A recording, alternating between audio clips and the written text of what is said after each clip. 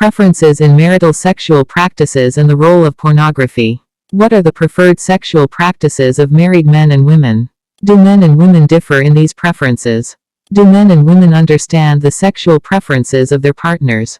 Do the married consume pornography? Are their sexual practices influenced by consuming pornography?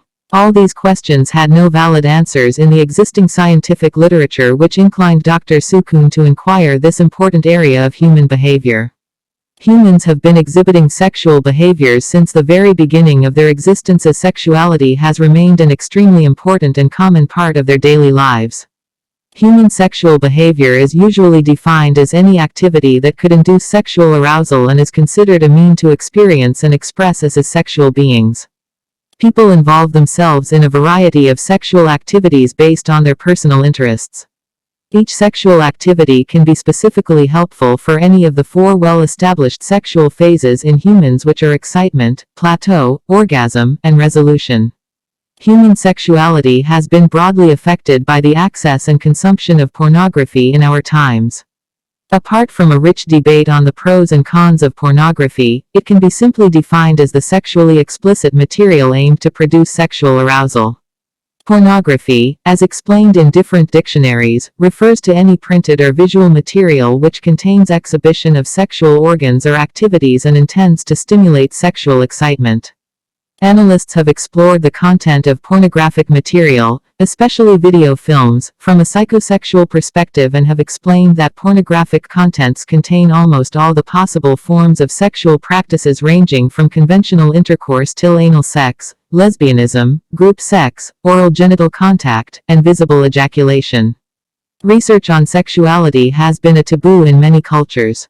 The studies conducted on human sexuality so far have not addressed the preferences in sexual practices in committed relations, hence the researchers have tried to get basic information about the frequencies of sexual practices.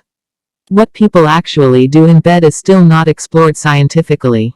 There are several cultural and moral limitations which hinder in studying the preferred sexual practices among individuals in committed relations.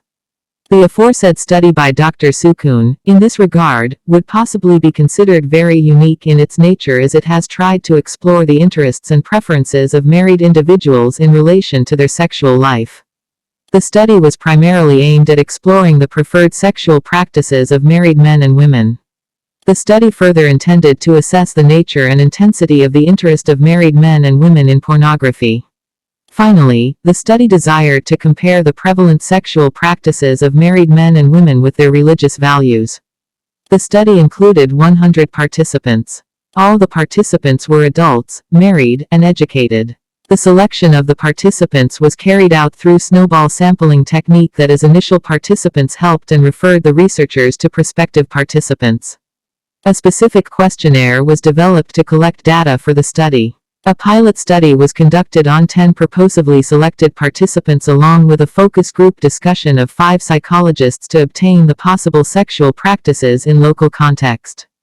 The participants of the pilot study and the focus group discussion concluded 11 possible sexual activities in the understudied culture. These possible activities were vaginal sex, anal sex, oral sex male to female, oral sex female to male, sexual fantasies, sexually provoking talks, sexual provoking sounds during sex, phone sex, cyber sex, threesome of 2 males and 1 female, and threesome of 2 females and 1 male. Based on these 11 possible choices, the questionnaire designed for the current study demanded the respondents to rank these activities in accordance with their personal interests. Every participant, thus, ranked the personal preferences within the range of 1 to 11. Participants who did not like some of the activities at all did not respond to those not liked activities.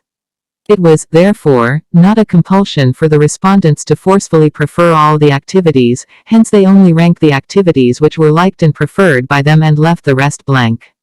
The instructions clearly mentioned that 1 would mean the topmost preference and 11 would mean the least preferred choice. The responses, after getting the data back from 100 participants, were then changed into scores on the basis of their ranks. First preference, for instance, was scored as 16.67 based on its proper value in a total score of 100. Based on the same score, the data was analyzed in terms of frequencies, means, ranks, percentiles, etc. The overall preferences of both men and women revealed vaginal intercourse as the topmost priority for both men and women, having a weightage of 21% among rest of the sexual acts. Exposure to pornography was another area of investigation. The majority of the respondents of the current study, that is 74%, were found to be interested in viewing pornographic content. The study also revealed that males and females both were equally interested in pornography. Studies conducted in other parts of the world have reported more pornographic consumption by males as compared to females, hence the use of pornography by women has also been stated to be on rise. The advancements in information technology and the excessive use of internet in our times have changed the lifestyles of humans, including their sexuality. Sexually explicit content has become very easily accessible, rather unavoidable for those who use internet for any good reasons. Despite a great debate on the pros and cons of pornography, which was not the scope of the aforesaid study, the excessive consumption of pornography can be easily observed from several surveys which are based on what people usually search on the internet. Another interesting finding of the current study is the role of marriage in consuming pornography by both the genders. The findings reveal that the consumption of pornography increases after marriage in females and decreases in males, with highly significant differences. This finding is cultural specific and has no sister findings from Western cultures. In Pakistan, boys before marriage have greater freedom to spend time out of homes and usually are provided with more pocket monies by their parents as compared to girls. This enables them to be exposed to pornography on a higher degree than girls. Girls, on the other hand, get more freedom and resources after marriage and are socially protected to enjoy sex with their partners. As they had repressed their sexual desires till their marriages, women in the understudied culture are more likely to be in a greater need of sexual pleasure as compared with men. Higher level of sexual desire has already been correlated with greater pornography use. Men, after marriage, are more involved in establishing their socioeconomic status in the society. Hence, their priorities may change from sexual fantasies to actual sexual practices with their female partners. It has also been reported that women mostly view pornography with a partner and men usually do this alone. Women in Pakistan, due to cultural dominance of males, surely remain dependent on males in almost every decision of their life. Fathers, brothers, male cousins, uncles, and lastly their husbands play important roles in allowing or disallowing them for several activities. Getting a computer, a laptop, a smartphone, a DVD player, etc. must be approved and financed by the aforesaid males to enable females to be exposed to pornographic content. The concept and nature of marriage in Pakistan also differ from the Western cultures, where sexual partnerships are of diversified types and adults, and even adolescents, find several ways apart from formal marriages to be engaged in sexual activities and to reproduce even. The findings, therefore, have projected a significant increase by females in the exposure to pornography after marriage in Pakistani culture. The current study also revealed that pornography in marital life is mostly consumed in the presence of only a spouse and not alone. 72 out of 100 respondents of the current study reported to consume pornography together with their spouses. This is a global trend, and studies conducted in other cultures also report the same. The preferred sexual practices in the current study were further divided into two categories, namely conventional and unconventional sexual practices, after having a focus group discussion with subject specialists. The findings reveal that married men and women in Pakistan highly adhere to their conventional values in this regard and do not desire to perform unconventional sexual activities. Despite their majority being interested in viewing pornographic content, the mean score the study obtained for unconventional sexual practices is extremely lesser, that is 3.82%, as compared with the mean score of conventional practices, that is 58.89%, with a highly significant difference. The study further grouped the respondents into ones who consume pornography and the ones who don't. It was revealed that the ones who are not at all interested in consuming pornography do not prefer the unconventional sexual practices at all.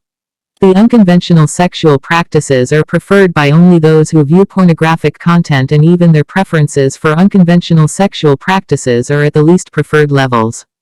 The aforesaid study was not aimed to defend or offend pornography. Its uniqueness and value was mainly the exploration of preferred sexual practices among married men and women. The study reported these preferences in a diversified fashion and further analyzed the impact of pornography on the same preferred sexual practices. The study, however, is limited to a specific culture and limited sample. To advance further on the subject, it is recommended to the interested researchers to broaden the demographic attributes of the respondents to better generalize the findings. Thanks for listening. To read the entire paper, kindly visit www.dersakoon.info.